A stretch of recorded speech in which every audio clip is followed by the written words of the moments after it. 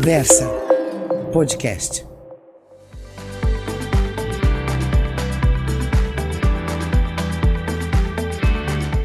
Bom dia, boa tarde ou boa noite, dependendo do horário. Estou aqui com meu amigo Ricardo Castilho e mais um super amigo e super convidado. Hoje o Milton Jung, nosso grande âncora já há muitos anos da rádio CBN. Inclusive conversávamos aqui sempre, né, nos bastidores. E eu perguntei pro Milton, antes da CBN, aí ele já trouxe um currículo gigantesco, etc. Mas nesse nosso bate-papo eu lembro de uma passagem, nem sei, Milton, onde é que você falou isso, mas, aliás, a minha informalidade aqui exige um pedido de desculpas aqui. Muito obrigado por ter vindo, viu? Mas, e aí já vou te dar o espaço porque eu falo demais. Quando eu ouvi você faz uns 6 meses, mais ou menos, em algum lugar, e que até dei risada com a minha esposa, com a Roberta, e o Milton falou assim, quando eu comecei a minha carreira, a maior dificuldade que eu tinha é quando eu tinha que cobrir os jogos, se não me engano, do Juventude, lá em Caxias do Sul, e tava um frio desgraçado, e eu lá me esquentava, não sei o quê, você até falou que tomava alguma coisa lá, esquentava, deu risada, estava batendo papo com alguém, enfim. Foi assim mesmo que você começou? Isso faz parte do início da sua carreira, cobrir jogos de futebol? Bom, antes de responder diretamente, Renato, Ricardo, eu quero agradecer a oportunidade que vocês me oferecem, conversar com a audiência de vocês, falar sobre os mais diversos assuntos. Aliás, estou de coração aberto aqui, vocês jogam o assunto na mesa e a gente sai batendo papo daqui para frente. Mas eu comecei, antes do futebol até, eu comecei fazendo aquilo que era o meu sonho de criança, um programa de esporte amador, numa época em que esporte amador era qualquer coisa que não fosse o futebol. Até Fórmula 1 a gente cuidava, que não tinha nada de amador, mas era o único programa de esporte amador que havia no rádio do Rio Grande do Sul. Eu sou de Porto Alegre, nasci lá, na Rádio Guaíba de Porto Alegre, e comecei a trabalhar aí. Aí, como acontece na carreira do rádio e do esporte, quando você começa a ficar mais ou menos gente grande, e eu não tinha muito tempo de vida ainda no jornalismo, você tem que passar para o futebol. Tem que passar porque no futebol o pessoal leva a sério, paga o salário a mais e tal. Então, enquanto eu fui estagiário, fiz o esporte amador na Guaíba. Quando eu terminei a faculdade, disseram, agora você vai fazer futebol. E fazer futebol no Rio Grande do Sul tem dessas curiosidades. Você vai para o interior do Rio Grande do Sul, você vai para a serra no inverno, você pega neve, aquele frio desgramado da grama que sobe pelas botas que você usa, pelo meião que você coloca para escapar do frio. E essa coisa de que tomava alguma coisinha, a gente não pode falar, né? Porque senão, o que o ouvinte vai imaginar? Mas você estava turbinado na hora? Não, era só para dar uma esquentada mesmo. Um pessoal lá no interior do Rio Grande do Sul, ali na Serra Italiana, fala um schnapps, né? Que a gente tomava tal, mas era só para dar uma esquentada. Né? Mas isso eu comecei a tomar ainda na época da faculdade, viu? Esquentava mesmo? Não, esquentava, porque eu estudei na PUC de Porto Alegre e o campus da PUC é gigantesco. E batia um vento tremendo. Imagina o inverno lá. Aí você, antes de chegar na aula, passava no bar, pedia um cafezinho, levava o schnapps, dava uma batizada, tomava, e aí você ficava bem quentinho, não tinha problema. Mas já fiz outras coisas também. Até porco eu já sorteei, mas isso é uma outra história. Tem história. Ele tem muita história. Daria para a gente ficar aqui o dia todo conversando com o Milton, né? Mas um grande comunicador. Bom, obrigado, Milton, por estar aqui, né? Uma satisfação, uma honra nossa, né, Renato? E a gente está aprendendo muito com os comunicadores que vêm aqui. E comunicação tem uma ligação direta, acho que até umbilical, com a educação, porque o professor é um comunicador, né? A comunicação é que leva tanto a verdade quanto a mentira. A comunicação é um meio que modifica a vida das pessoas, né? E a questão da ética na comunicação atualmente, que se fala tanto de fake news, já vamos falando já dos temas, né, Renato? Uhum. Milton, o que você traz para nós em relação a essa problemática toda que vem acontecendo em relação às fake news que provocam uma série de desordem, é tanta coisa ruim, né, na vida das pessoas. Não é só uma fake news. Muitas vezes ela é um problema que destrói uma vida. Sem dúvida, destrói uma vida, é uma arma cruel que foi criada, mas antes de chegar nela, é importante a gente olhar o contexto da comunicação em que nós vivemos. Se nós olharmos os dados que os pesquisadores nos trazem, praticamente quintuplicou nos últimos 30 anos a quantidade de mensagens que cada cidadão recebe por dia. E qual é o mal ou o bem disso? O bem disso é que nós temos cada vez mais acesso à informação e à educação, ao conhecimento, e por isso mudou a forma de se educar os alunos, já que ele muitas vezes chega à sala de aula tendo já acesso a toda aquela informação, cabe ao professor mudar o seu papel de orientador para guiar aquele aluno. Mas eu não quero avançar muito no sinal, senão eu confundo os assuntos. Volto para a questão da comunicação. O lado ruim é que, com o grande volume de informação que nós estamos recebendo por dia, há um cálculo que mostra que mais ou menos assim, você recebe algo suficiente para preencher 176 jornais de 8 páginas por dia. Uau. Quem tem tempo aqui para ler um só jornal? Eu gosto de brincar, tomara que ninguém. Porque assim vocês ouvem mais rádio, que é onde eu trabalho. Mas, enfim, é muita informação. Muita coisa. E este volume, este bombardeio de mensagens, não é capaz a nossa mente de absorver todos. E por isso o campo fica mais fértil para espalhar a mentira, a desinformação. Que o Renato sabe muito bem, porque a gente já teve várias outras conversas, eu não gosto de chamar de fake news. Porque para mim, claramente, se é fake não é news, se é falso não é notícia. Isso é muito capcioso, porque aqueles que criaram este fenômeno lá no passado, além de roubarem a arquitetura da notícia, quando você recebe uma desinformação no seu WhatsApp, seja lá por onde for, vem naquele formato da notícia, manchete, lead, fotografia, mas falso. Além de roubarem a arquitetura do jornalismo, ainda roubaram o nome do produto final do jornalismo, que é o news, é a notícia. E nós precisamos ter muita clareza. Se é fake não é news, se é falso não é notícia. Por que isso? O jornalista, quando ele publica uma informação, ou quando ele vai em busca de uma informação, ele vai em busca da verdade possível. Ele parte do princípio da construção da verdade. Aquele que produz desinformação ou fake news, ele já parte do princípio da desconstrução da verdade. Isso faz uma grande diferença e nós não podemos perder isso de vista. Sem dúvida, a desinformação é criminosa, principalmente no contexto que nós vemos na comunicação hoje, porque as pessoas não têm mais tempo para absorver tanta mensagem e discernir o que é verdade do que é mentira. O desafio é muito maior. Olha só, se é fake, não é news. Se é falso, não é notícia. Esse é um bordão que eu nunca mais esqueci a partir de uma live que nós fizemos lá na pandemia, que você ia ficar na sua casa com aqueles livros atrás. E durante muito tempo... E era verdadeiro aquele fundo, tá, dos livros lá atrás, tá? Vamos deixar bem claro. Você tá ficou até tempão, hoje lá, lá. 2 anos você ficou na sua casa, né? Não chegaram a 2 anos, mas não chegou a 2 anos, mas 1 ano e meio por aí, mais ou menos, eu apresentei o Jornal da CBN de dentro da minha casa, da sala de casa, sem dúvida, compartilhando com a família, com os gatos, com os vizinhos, com os entregadores, com o pessoal que chegava para arrumar, o pessoal da prefeitura que chegava para arrumar a rua por algum vazamento, algum problema que tinha. Enfim, convivemos com todo aquele caos da pandemia, mas mantivemos o programa no ar e apresentando de casa. Com o chimarrão? Eu não sou um praticante, não? Apesar de ser um gaúcho, um gaúcho que já estou com 59 anos de vida, às vésperas de fazer 60 anos, mas eu já moro em São Paulo há muito mais tempo do que morei em Porto Alegre, e eu não sou um praticante não do chimarrão. Eu pratico outras coisas que os gaúchos gostam de fazer, como torcer para o meu Grêmio de Porto Alegre, mas aí é só parte do Rio Grande do Sul, mas o chimarrão eu não tomo muito. Mas muito café, pode ter certeza, eu tomava naquelas manhãs, até para tentar manter o equilíbrio de um momento tão crítico como foi. Tricolor. E vou só aproveitar e fazer uma pergunta para o Milton, porque eu acho que você tocou num ponto que é complexo hoje. Então, o número de informações que a gente recebe. Então, canais, grupos de WhatsApp, e newsletters, redes sociais, enfim, é muita informação. E nós precisamos de informação. A pessoa que quer se manter atualizada precisa de informação real, não fake, etc.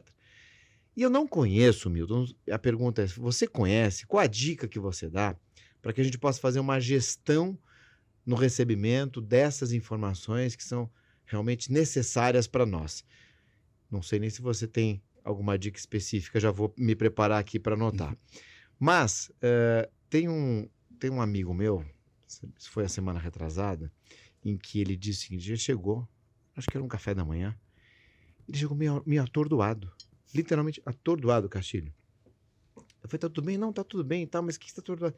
Não, que eu já li 6 jornais hoje, falta ver não sei o quê, um canal não sei do que e tal, etc. Eu falei, mas espera aí, é muita coisa, você nem absorve isso e você pode se confundir naquele afã de você querer estar atualizado. Então, olha que situação que nós vivemos hoje. Um excesso efetivo, mas uma necessidade também de se manter atualizado, nos mantermos atualizados.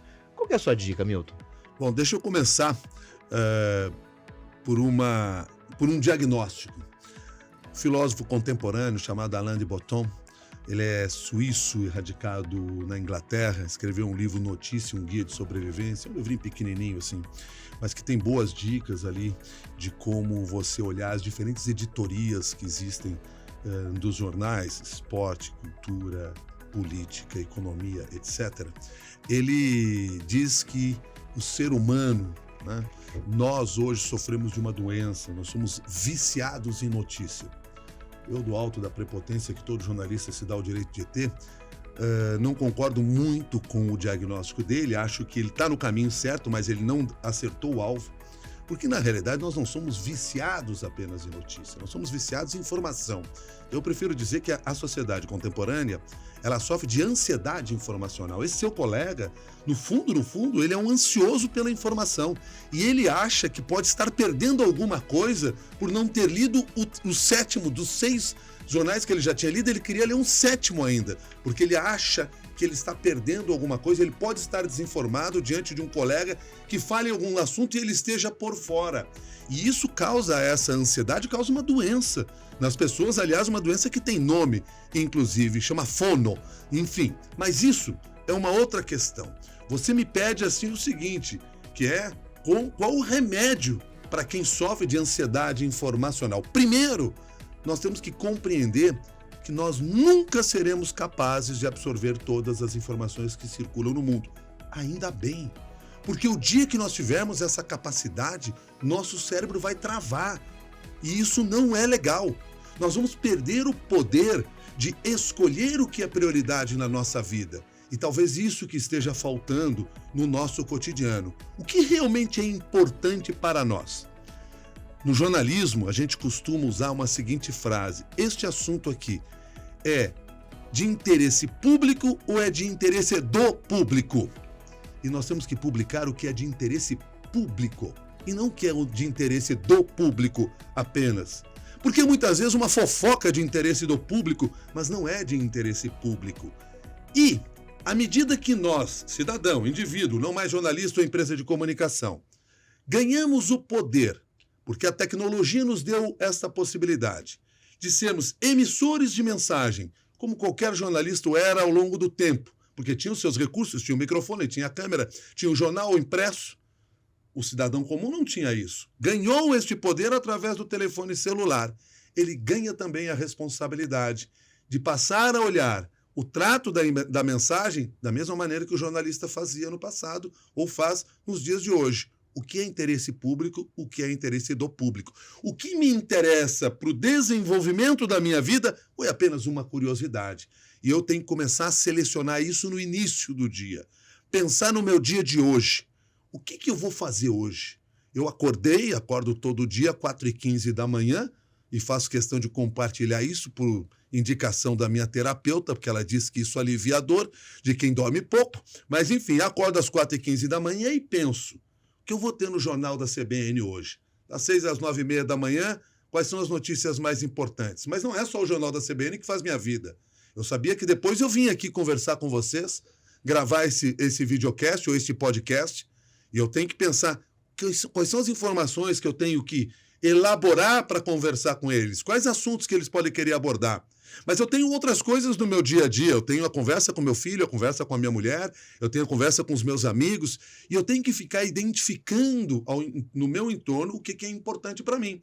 Porque se eu quiser absorver tudo, eu não vou ter nada. Esse é o grande problema de quem quer ler tudo, de quem quer ver tudo, assistir tudo, é não guardar nada.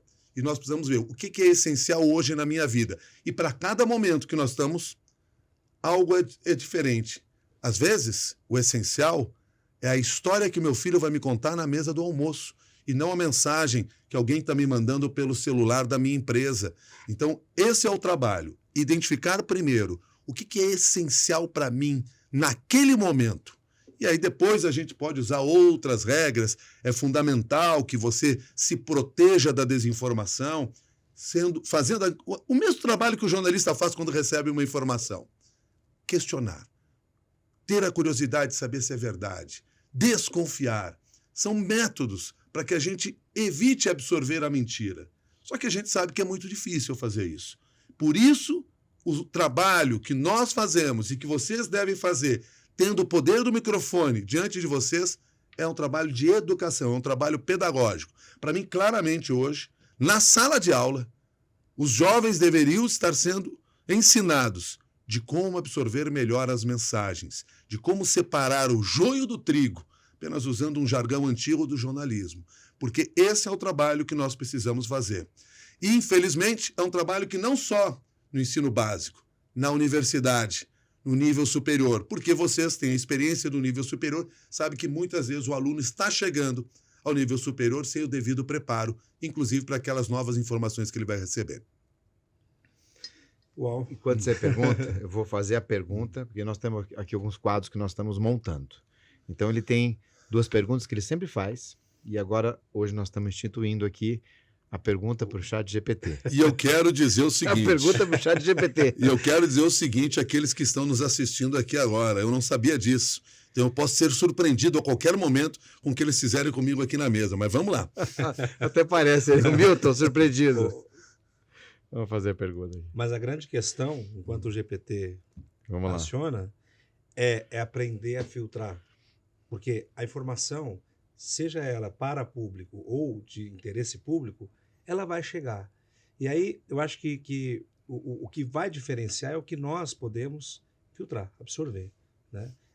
Mas eu gostei muito da sua sequência de acordar e planejar o dia, porque a gente vai falar com muita gente. Como é que eu vou lidar com isso e o que de fato importa, né, Milton? Então, espetacular. Você sabe que hoje, nós estamos falando aqui... O fake news, agora eu entendi. Você falou assim, bom, a minha visão de fake news mudou a partir do dia eu estava brincando com a história dos livros, né, que o Renato falou, que eu apresentei o Jornal da CBN na minha casa durante a pandemia. Eu tinha uma estande gigantesca, da qual eu tenho orgulho. Sabe uma coisa que me aconteceu ao longo da pandemia? Eu passei a receber muitos dos livros que eu recebia na minha casa. As editoras mandam, porque tem interesse em publicar, em que o livro seja conhecido, etc. Eu comecei a sofrer por causa disso, porque os livros chegavam num volume muito maior do que eu podia absorver.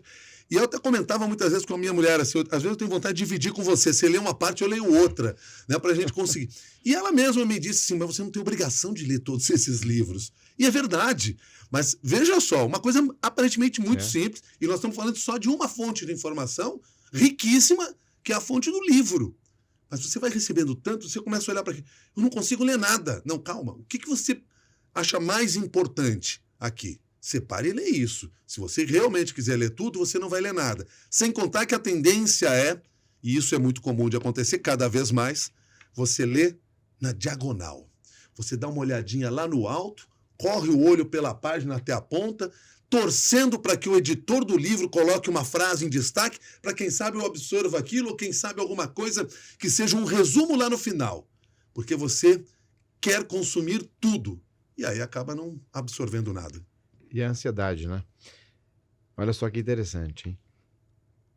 A gente discute aqui novas tecnologias e o ChatGPT, inclusive você já tratou disso várias vezes no ar, existem formas de você perguntar. Então, eu fiz uma pergunta proposital aqui, que eu vou precisar da sua intervenção antes da intervenção do ChatGPT. Aliás, olha que interessante. Sabe o que quer dizer o GPT? Sabe o que quer dizer? É uma sigla... Generative Pre-Trained Transformer, da OpenAI. Então eu perguntei, o que significa isso, né? Mas eu perguntei, olha só, o rádio está comprometido pelo ChatGPT? Sabe o que ele respondeu? Desculpe, mas eu não entendi muito bem a sua pergunta.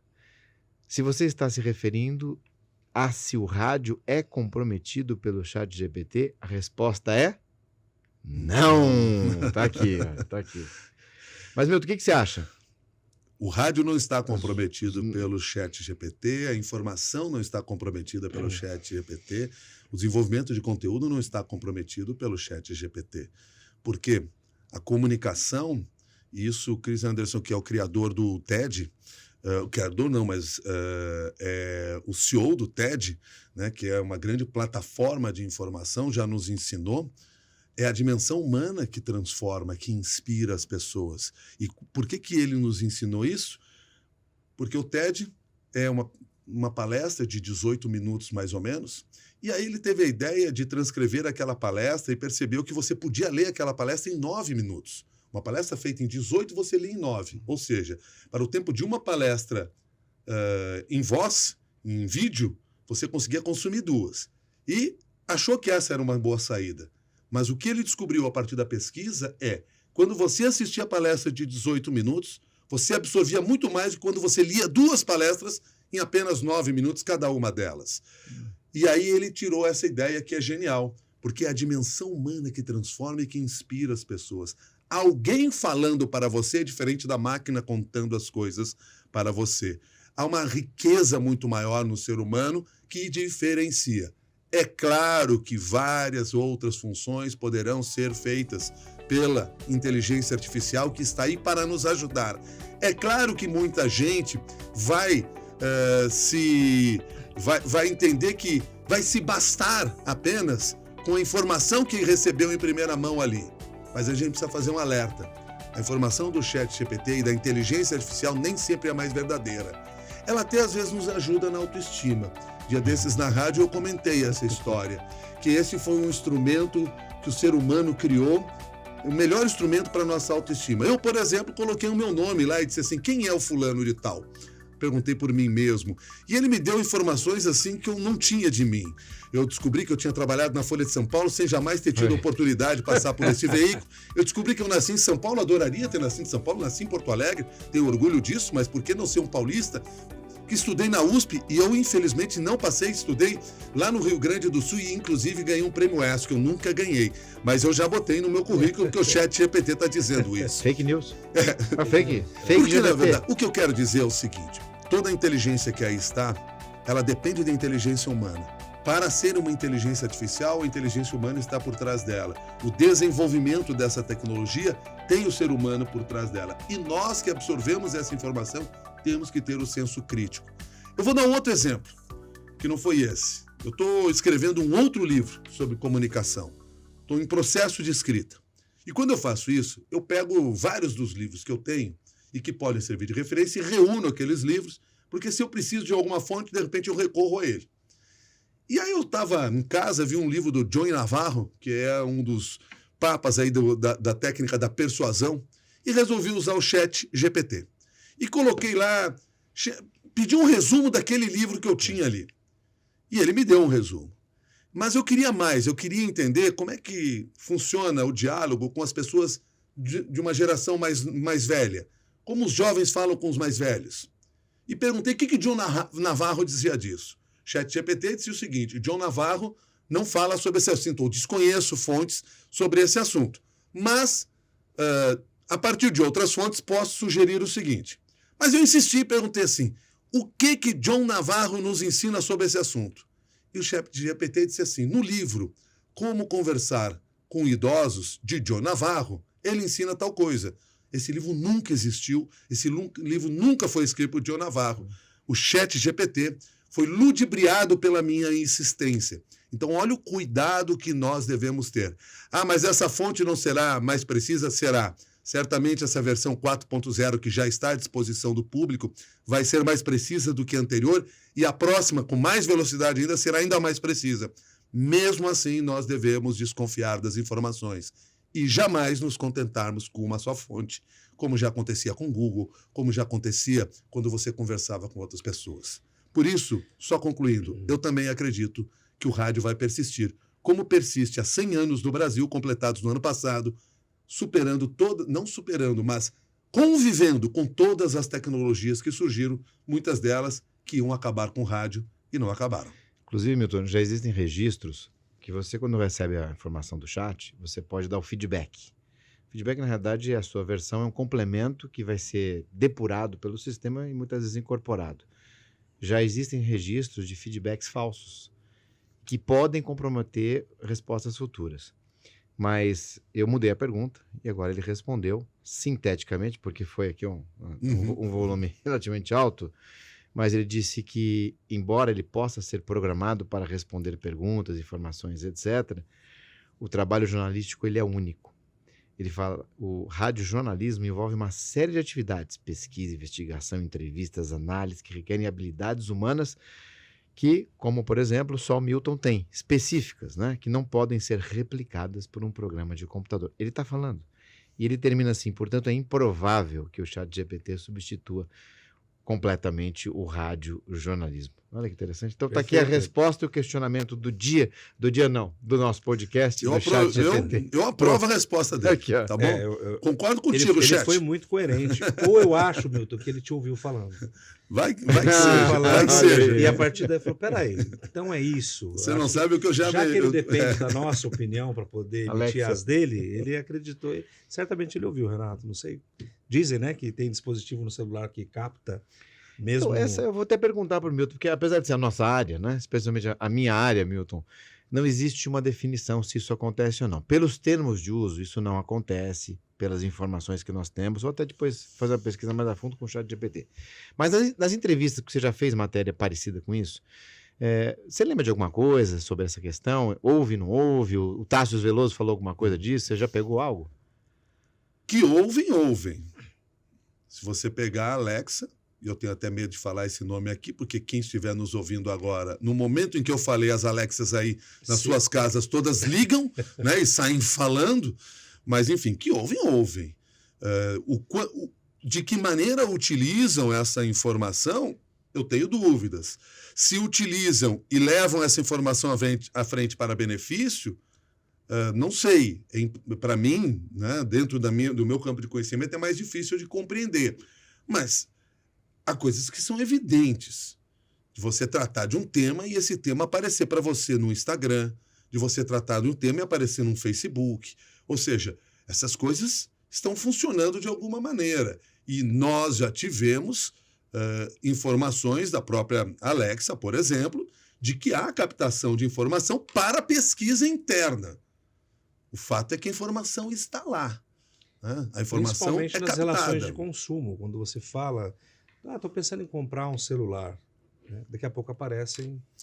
Agora, vocês trabalham no campo da justiça e sabem muito bem que não precisa nada disso para me ouvir dentro de casa, né?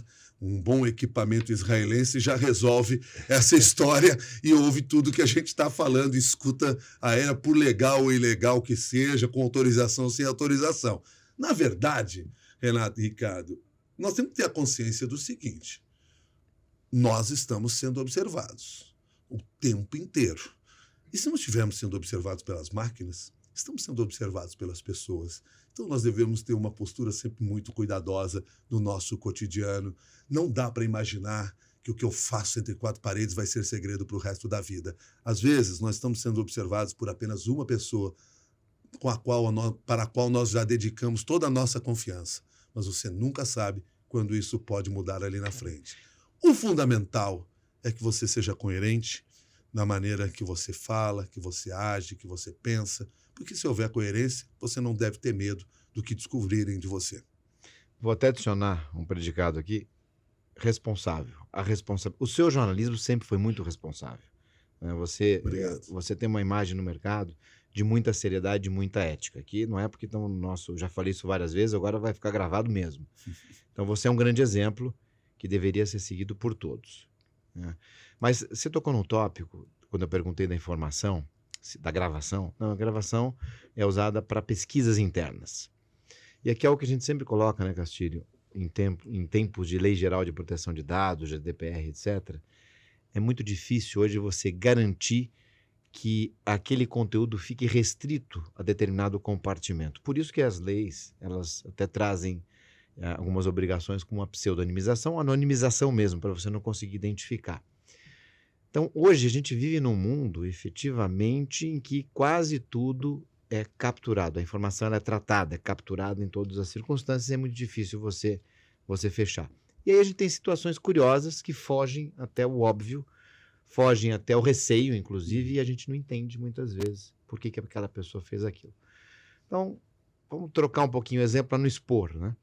Então, o sujeito vai lá e faz um vídeo, manda para suas redes sociais, vamos usar um termo clássico, caçoando de alguém, né? Hoje seria o bullying, uma ofensa, o racismo, etc. Mas vamos usar caçoando de alguém.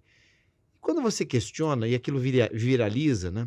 Então, nessa hipótese, no exemplo, aquilo viralizou. Então, viralizou, a pessoa já vai ser processada, etc. A circunstância se alterou.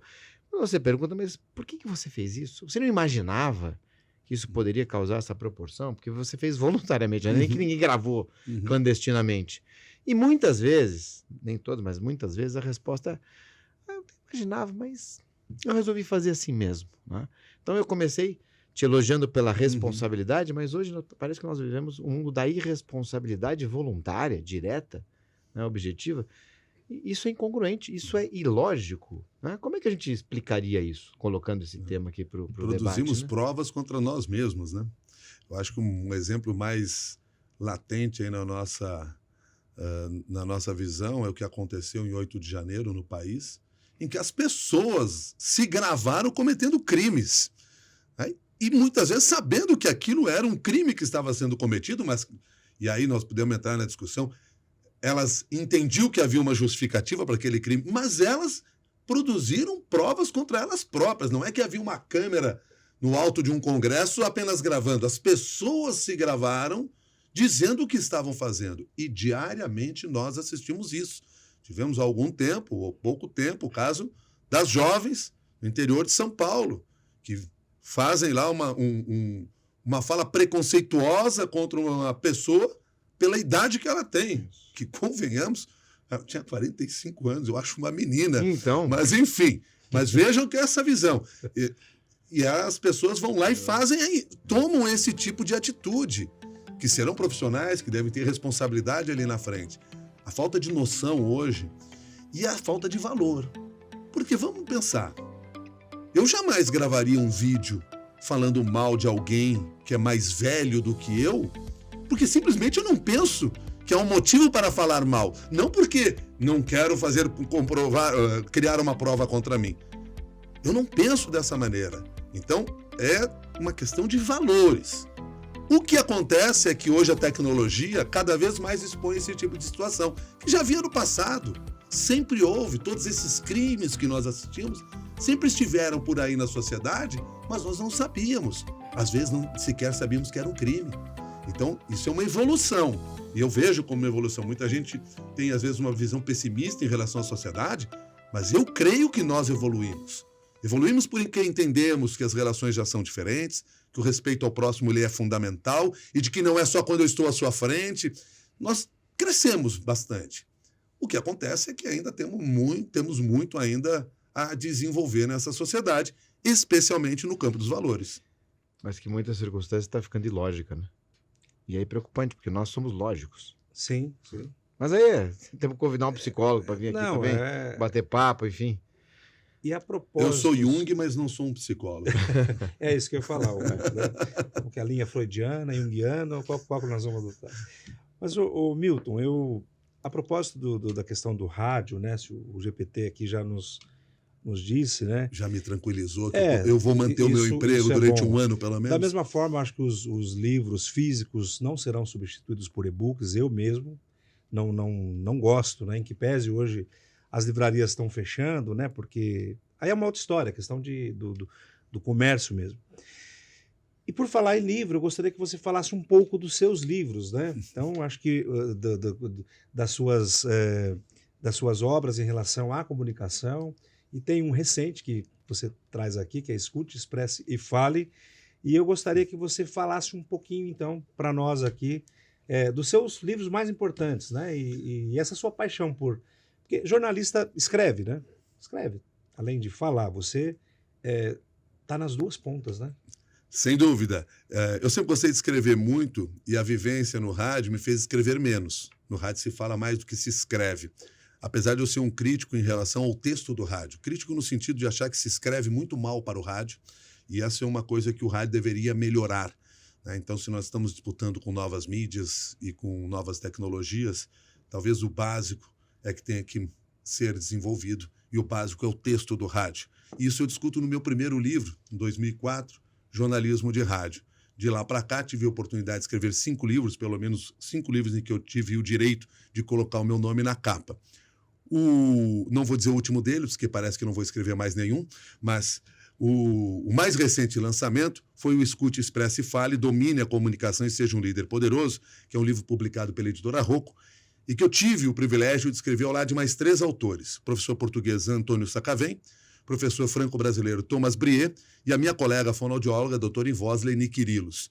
Um livro no qual, pelo próprio nome, vocês percebem, nós tentamos mostrar às pessoas que a comunicação, aquela que muitas pessoas acreditam que se constrói pela fala, se realiza na escuta e começa pela escuta. A escuta de si mesmo, entender o que você quer da sua vida, qual é o seu propósito, o que você pretende ao gerar uma relação com o outro. Depois a escuta do outro. Quais são as demandas do outro, quais são as exigências, qual é o contexto em que ele está, até para você compreender se a mensagem que você vai transmitir será bem absorvida pelo outro. E aí sim, depois você entra na fala. Na realidade, o livro reúne 4 autores que são apaixonados pelo tema da comunicação, 3 deles especialistas, cada um em sua área, nos 3 principais recursos da comunicação, ou 3 grupos da comunicação: verbal, não verbal e vocal. Palavra, corpo e voz. Eu sempre simplifico assim para desespero dos doutores que me acompanham, mas eu prefiro simplificar a linguagem para que as pessoas compreendam. São os 3 recursos que nós temos na comunicação: palavra, voz e corpo. E, a partir do momento em que esses 3 recursos estiverem sintonizados, a nossa mensagem chega de uma forma mais eficiente até o outro. E esse é o grande esforço no campo da comunicação, e aí eu remeto àquilo que nós estamos falando aqui no início da nossa conversa. À medida que nós temos um mundo poluído de mensagens, aquele que se capacita a transmitir uma mensagem mais bem qualificada, usando aqui uma expressão que a doutora Leni nos ensinou, efetiva e afetiva, consegue se diferenciar nesse mercado. Então, por isso, a nossa proposta de trazer para o livro este conhecimento, pesquisas, estudos, histórias, porque o ser humano absorve melhor as mensagens através das histórias que são contadas. Nós, como o Gicovati nos ensinou lá no passado, nós temos um cérebro que absorve melhor as mensagens, um cérebro que é poroso, que é a expressão que ele utiliza, para absorver melhor essas mensagens através das histórias. Reunimos tudo isso e construímos o Escute, Expresse e Fale, que é esse livro que está à disposição das pessoas, e eu espero que vocês me deem aí o privilégio do acesso a esse livro. Pode ser no digital, pode ser no impresso, não tem problema nenhum. Porque, neste caso, Ricardo, você que levantou essa questão, prefere o livro ainda escrito, eu também, o livro palpável, eu também prefiro, mas eu tenho lá o meu livro digital, porque eu consigo levar muito mais livros à mão numa viagem do que no outro. O importante é que o conteúdo ele está à sua disposição. Como ele vai ser absorvido? Se no papel, se no digital, ou se inventarem alguma outra fórmula, que eu não sei qual é, mas enfim, o importante é que o conteúdo ainda é necessário. O trabalho do escritor ainda se faz necessário, porque o livro não é a plataforma. O livro é uma plataforma que pode ser as mais diferentes, mas a plataforma por si só não é nada se não tiver o conteúdo. E o conteúdo ainda é o ser humano que realiza. Tudo bem, eu posso até usar a inteligência artificial para me ajudar a pesquisar, mas para fazer um livro mesmo, aquele que vai tocar o coração do outro, que a leitura vai ser eu para você, porque esse, no final das contas, o que a gente quer na comunicação, que é essa comunicação interpessoal, isso ainda é o ser humano que vai fazer. Estamos chegando no finalzinho aqui do nosso bate-papo, muito agradável. Você, como sempre, aqui dando aulas para nós todos. Então, vou fazer uma última pergunta. Milton, como é que é a tua rotina na rádio, no teu dia a dia profissional? Isso é uma curiosidade que muita gente tem. Aliás, alguém perguntou, falou, faz essa pergunta para o Milton. Então, como é que é a tua rotina? Além de acordar às 4h15, eu acordo 4h30. Então, eu vou começar a mandar bom dia para você. Achei alguém que acorda mais cedo que você. Mais cedo que eu. Olha só. 15 minutinhos, e faz uma diferença isso. Bom, primeiro eu quero dizer que, por ser jornalista, minha rotina não é muito diferente da vida de qualquer outra pessoa. Isso é uma ilusão que as pessoas têm, porque olham para o jornalista e acreditam no cinema. Porque no cinema o jornalista ou o super-homem ou o Homem-Aranha. E nós não somos super-heróis. Eu sempre faço questão de lembrar a todas as pessoas com as quais eu converso, o jornalista é um ser humano como qualquer outro. A gente acorda cedo, tem gato para dar comida, tem família para cuidar, tem boleto para pagar. Ou seja, não é porque somos jornalistas que somos diferentes. Verdade que temos alguns privilégios, como o de poder falar no microfone como esse e levar a nossa mensagem a um número muito grande de pessoas. Mas se nós pensarmos que hoje todo cidadão, através do seu telefone celular e com competência, talvez consiga alcançar um número muito maior do que nós, dependendo de onde nós estamos trabalhando, então nem isso é tão diferente assim. Do ponto de vista da prática do jornalismo, aí sim, claro, eu tenho uma dinâmica diferente. E por que eu acordo 1 hora antes de sair de casa? Meu programa começa às 6 horas da manhã. Eu devo chegar na Rádio CBN mais ou menos umas 5h30, 5h40 da manhã, que já está de bom tamanho. Mas por que eu acordo 1 hora antes de sair da minha casa? Porque quando eu acordo, além de sim dar comida para os 2 gatos que eu tenho, o Bocelli e o Jeromel, que me fazem companhia. O zagueirão. Porque exatamente, o zagueiro do meu time. Enfim, mas que são meus companheiros nesse horário, porque a família toda, né, por justiça, está dormindo nesse momento. Desço, tomo o meu café e começo a me informar. Começo a me informar, lendo o jornal que eu tenho acesso pela internet, lendo os contatos de informações que me chegam através de outros colegas, de outras fontes que já me mandam ou já me mandaram durante a noite. E eu faço esse arrazoado de informações para me preparar para chegar no Jornal da CBN. Quando chego no Jornal da CBN, já há um produtor ou uma produtora que entrou muito mais cedo do que eu, então acordar às 4h15 da manhã não é nenhum mérito. Tem alguém que já chegou às 2 horas da manhã lá na redação, que também fez um levantamento de outras informações e das informações que nós temos. Nessa troca de mensagens e nessa troca de informações presencial, da qual faz parte também minha colega Cássia Godoy, que também é âncora junto comigo no programa, a gente pensa o que vai ao ar. Claro que o jornal já foi pensado um dia antes, mas essa é outra etapa desse processo. E aí, dentro do programa, nós começamos, como eu sempre disse, como eu sempre gosto de pensar, nós começamos uma tarefa que é de derrubar o programa que estava pronto. Porque o melhor programa de rádio é aquele que foi feito na hora. Aquelas notícias que foram preparadas antes para ir ao ar no rádio, elas já estão em algum lugar, elas já foram consumidas por alguém. Eu quero o novo, eu quero te oferecer o novo. Eu quero aquilo que não está no jornal. Então, quanto mais novo, mais recente, melhor. E esse é um desafio constante nosso, ficar em busca do novo e do que seja realmente interessante para as pessoas. Feito o jornal, você começa a pensar o jornal do dia seguinte. Então, ao longo de todo o dia, você está em contato. Eu tenho um outro produtor que fica na redação da Rádio CBN, conversando com as fontes, marcando entrevistas, discutindo pautas, falando com os repórteres, negociando com as diferentes rádios ou as diferentes afiliadas da Rádio CBN pelo Brasil para saber o que vai ter. Então, vou pegar o caso de agora. Olha, amanhã de manhã o jornal tem que ter um repórter do Rio Grande do Norte. Nós estamos nessa onda de violência. Esse é um caso que vai ter repercussão. Nós precisamos ter alguém no exterior, porque vai ter um encontro do presidente da China com o presidente da Rússia. Enfim, nós temos que ficar pensando essas coisas. E é isso que eu digo. No dia seguinte, tomara que a gente derrube tudo. Porque tem outras coisas para a gente fazer. Mas, assim, o contato com a notícia, com a busca da informação, ele é constante a qualquer momento do dia. Claro que eu tenho os meus momentos de relaxamento, meus momentos de prazer. Eu sei separar, ou pelo menos eu acredito que eu convenço a minha mulher de que eu sei separar os meus horários entre o trabalho, o lazer, família. Mas hoje em dia, até em função da tecnologia, tudo está um pouquinho misturado. E requer cuidado da gente. Porque nós precisamos, sim, ter válvulas de escape. Senão a pressão é muito forte e no dia seguinte, quando você vai apresentar, você vai revelar esse seu mal-estar, esse seu problema psicológico, essa sua insegurança no microfone. E tudo que a gente não precisa é contaminar o nosso público com esse tipo de sensação. Nós temos que passar, sim, você um pouquinho mais cedo disse que estava ouviu em determinado momento uma brincadeira que eu fiz e você sorriu. Nós, diante do microfone, temos que ter essa noção.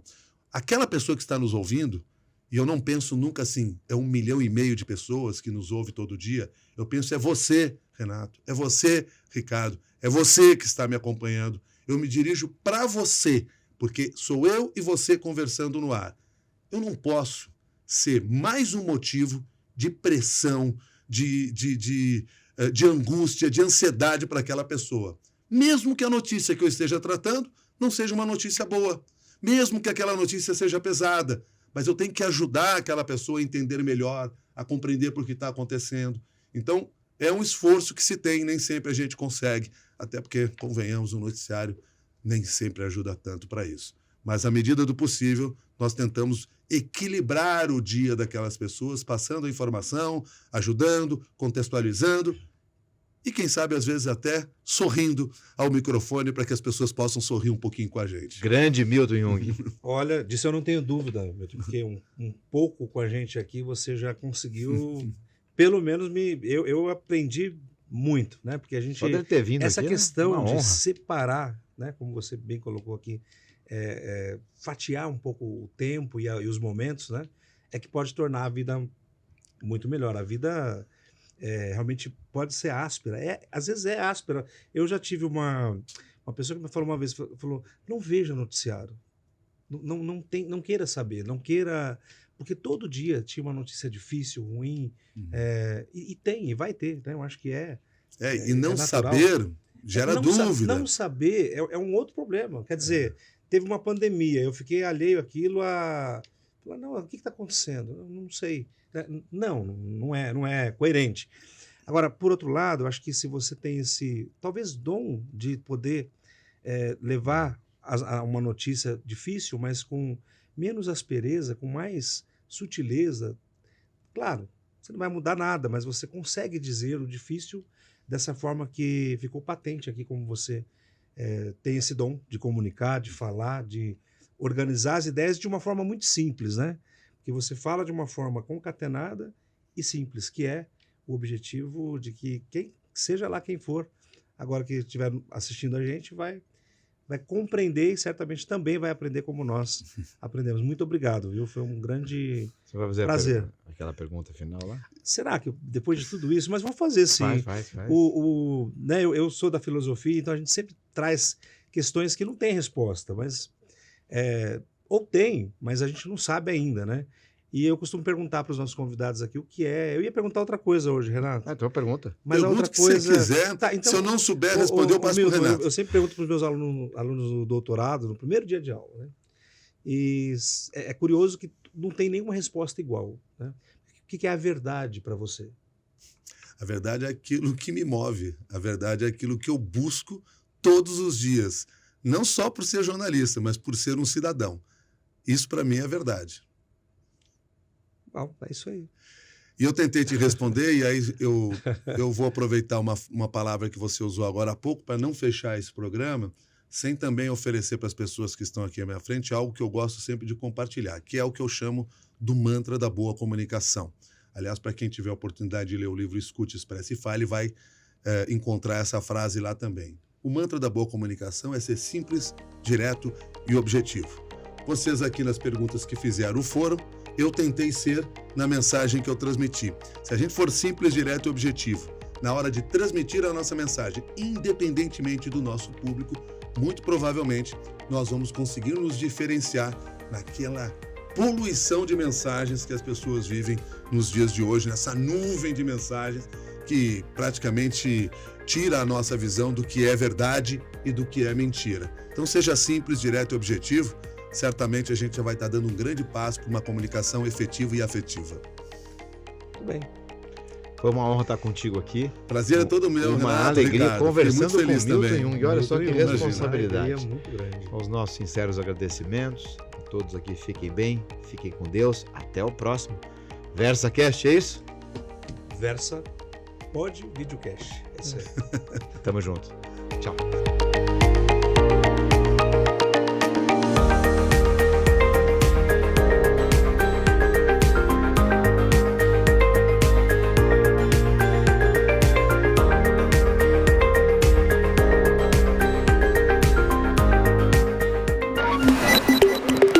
Versa Podcast.